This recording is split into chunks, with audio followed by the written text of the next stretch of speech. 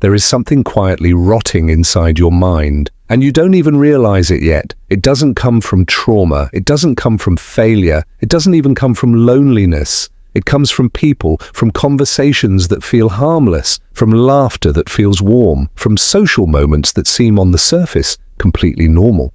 But beneath all of it, something is slipping away, something subtle, something deeply personal, your ability to think, to feel, to exist without noise. And if Arthur Schopenhauer were alive today, he wouldn't be surprised at all. In fact, he warned us about this long before social media, long before endless notifications, long before the world became addicted to connection. He saw it coming. He understood that the more you surround yourself with people, the more you slowly lose yourself. Not all at once, not dramatically, but gradually, quietly, almost beautifully. It begins in small ways. You sit with others, and your thoughts, those deep, raw, unfiltered thoughts, start to fade into the background. You begin to adjust your words, soften your opinions, reshape your identity, just enough to fit the room. Not because you're weak, but because you're human, because you want to belong. And belonging, as innocent as it sounds, is one of the most dangerous psychological forces ever created. Schopenhauer believed that most people are not thinkers, they are echoes. They don't generate ideas, they absorb them, they don't question the world, they mirror it. And when you spend too much time among them, something strange begins to happen. You start becoming one of them. Not instantly, not consciously, but slowly. Your originality dissolves, your silence becomes uncomfortable. Your solitude starts to feel like emptiness instead of peace. And so you run back to people. Again and again, you start to need them. Not for connection, but for distraction. Not for depth, but for noise. And this is where the damage truly begins. Because the human mind was not designed for constant input. It was designed for reflection, for stillness, for long stretches of uninterrupted thought where ideas can breathe, where emotions can settle, where the self can actually exist without interference. But when you're always surrounded, physically or digitally, you never get that space. You become mentally crowded. Imagine a room that never empties, conversations overlapping, voices clashing, opinions flooding in from every direction. At first, it feels alive, energetic, stimulating, but over time it becomes suffocating. That room is your mind, and socializing in excess is what fills it. You start losing the ability to sit alone without reaching for your phone. You lose the patience to think deeply because your brain has been trained to expect constant stimulation. Even your emotions become shallow, reacting quickly but never settling long enough to be understood. You laugh more but feel less. You talk more but say less. And the most dangerous part, you don't notice the loss. Schopenhauer once suggested that solitude is not a punishment, it is a privilege. But in a world obsessed with connection, solitude has been rebranded as loneliness, as something to escape, something to fix. So people avoid it at all costs. They fill every silence with conversation, every empty moment with scrolling, every uncomfortable thought with noise. And in doing so, they slowly abandon themselves, because the truth is, your mind reveals itself only in silence. Your deepest thoughts, your most honest feelings, your rawest truths, they don't appear in the middle of a crowd. They emerge when everything else fades away. But if you never allow that silence to exist, you never meet yourself. You only meet the version of you that performs for others. And that version is never real. It's curated, edited, filtered through expectations and reactions.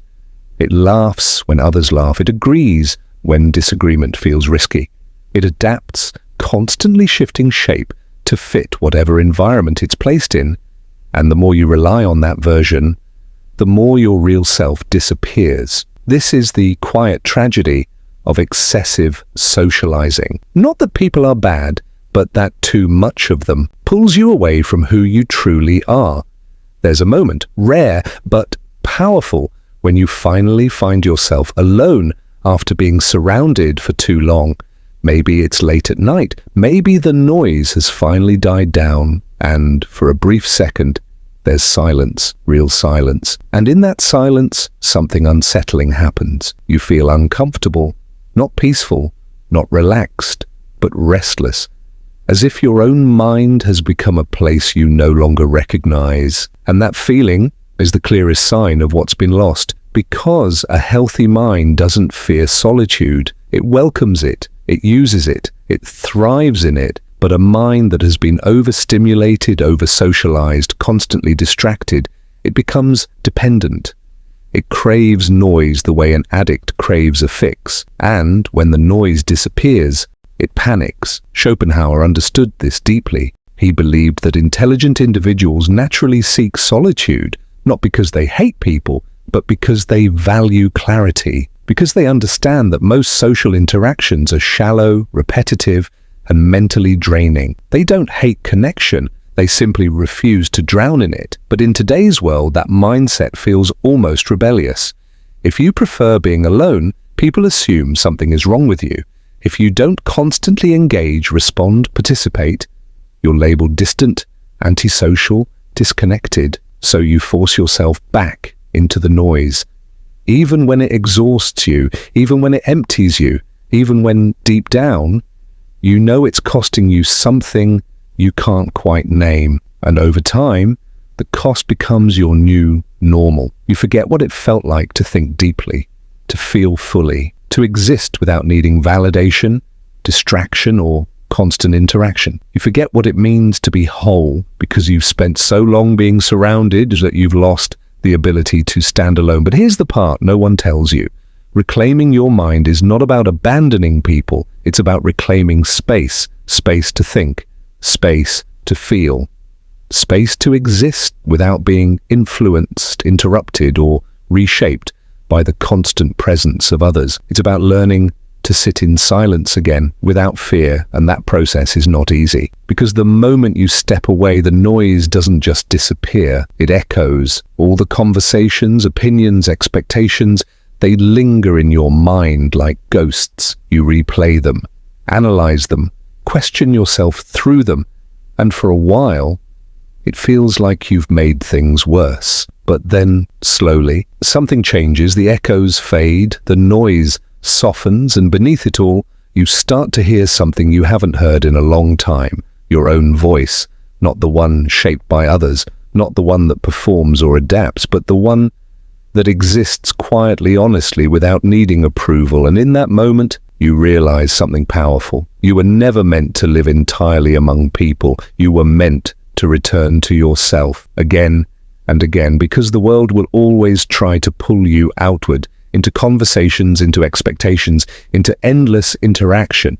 But your mind, your true mind, lives inward, in silence, in solitude, in spaces where no one else exists but you. And if you ignore that space for too long, you don't just lose peace, you lose yourself. And when you finally hear that voice again, it doesn't greet you with comfort.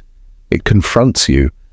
At first it feels unfamiliar, almost intrusive, like a stranger speaking from inside your own mind. There's a sharpness to it, a clarity that cuts through the soft illusions you've been living in. It doesn't laugh to ease the tension. It doesn't soften its words to protect your ego. It simply tells you the truth. You've been running, not from people, but from yourself, because being around others is easy. It's fluid, automatic, filled with distractions that keep you from looking too closely at your own thoughts. But being alone, truly alone, is something else entirely. It's raw.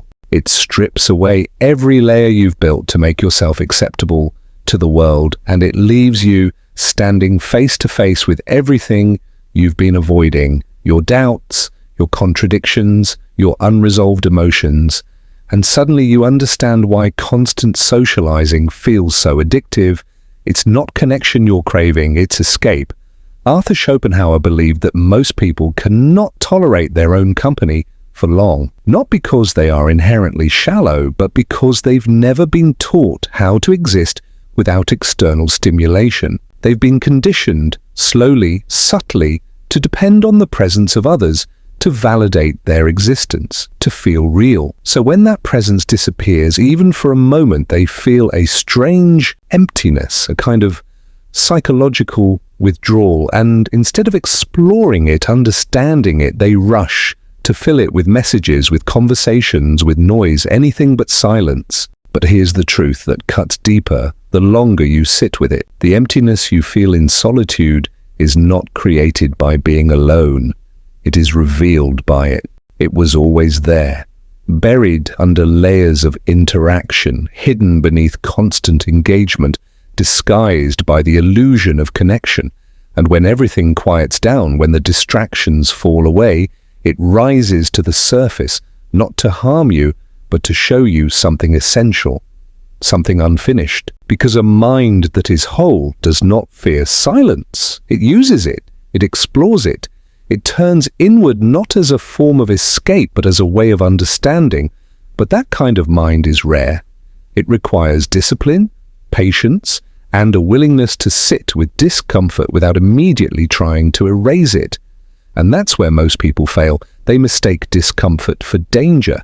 They assume that if being alone feels unsettling, then something must be wrong. So they run back to the familiar rhythm of social interaction, back to the comfort of shared laughter and surface-level conversations, back to environments where they don't have to think too deeply or feel too much.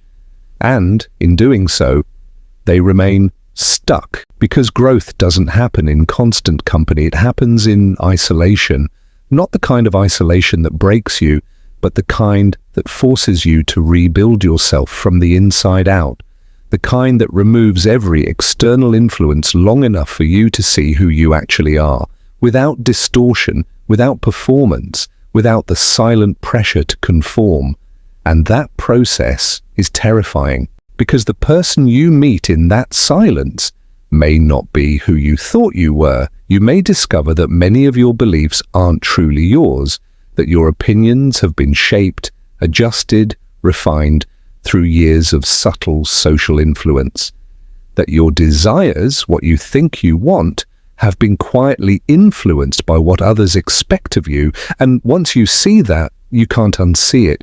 It changes the way you interact with the world. Conversations start to feel different. You begin to notice the patterns, the repetition, the predictability, the shallow loops that most interactions follow. You realize how much of socializing is not about truth or depth, but about maintaining comfort, about avoiding tension, about staying within the boundaries of what is acceptable. And suddenly you feel out of place. Not because you've become antisocial, but because you've become aware. Schopenhauer often described this awareness as a kind of burden. The more deeply you think, the more clearly you see the limitations of ordinary interaction, and the more you see, the harder it becomes to fully immerse yourself in it without feeling a quiet sense of detachment.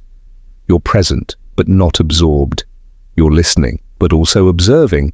And in that observation, you begin to understand something profound. Most people are not truly connecting. They are coexisting, sharing space, exchanging words, but rarely touching the deeper layers of each other's minds, because true connection requires vulnerability, depth, and a willingness to step beyond the surface. And that's something most people instinctively avoid. It's easier to stay shallow, safer, more predictable, but you've stepped outside of that.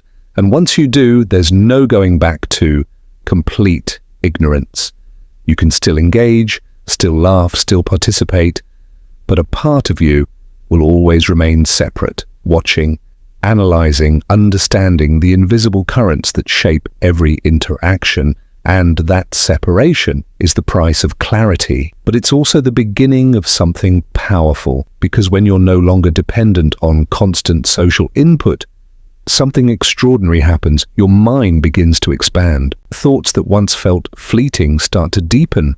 Ideas begin to connect in ways they never did before. You start to see patterns, not just in conversations, but in life itself. You become more observant, more reflective, more aware of the subtle details that most people overlook. And with that awareness comes a new kind of strength, a quiet strength, the kind that doesn't need validation, that doesn't rely on external approval to feel complete, the kind that allows you to walk into a room full of people and not feel the need to perform, to impress, to adapt. You simply exist as you are, and that is rare because most people spend their entire lives adjusting themselves to fit into environments that were never meant to define them. They shape their personalities based on what is rewarded, what is accepted, what is expected, and in doing so, they lose the raw, unfiltered essence of who they could have been. But when you reclaim your solitude, you reclaim that essence. You start making decisions not based on what others think, but on what feels true to you. You begin to value depth over noise, quality over quantity, silence over meaningless chatter, and slowly, your relationship with people begins to change. You no longer seek them out to fill a void. You choose them carefully, intentionally, because now you understand that not all interaction is equal, that some conversations drain you while others enrich you, that some people pull you away from yourself, while others allow you to remain fully present within who you are, and that distinction becomes everything. You stop chasing connection for the sake of it.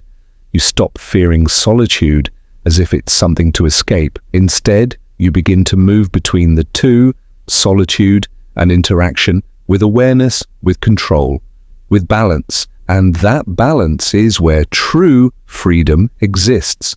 Not in complete isolation, not in constant socializing, but in the ability to choose, to step into the world when you want, and step away when you need, to engage without losing yourself, to connect without becoming dependent. Because, in the end, the goal was never to reject people, it was to stop losing yourself in them. And once you understand that, everything changes. The noise no longer controls you, the silence no longer scares you, and your mind, once crowded, once restless, once slowly eroding under the weight of constant interaction, finally begins to feel like it belongs to you again.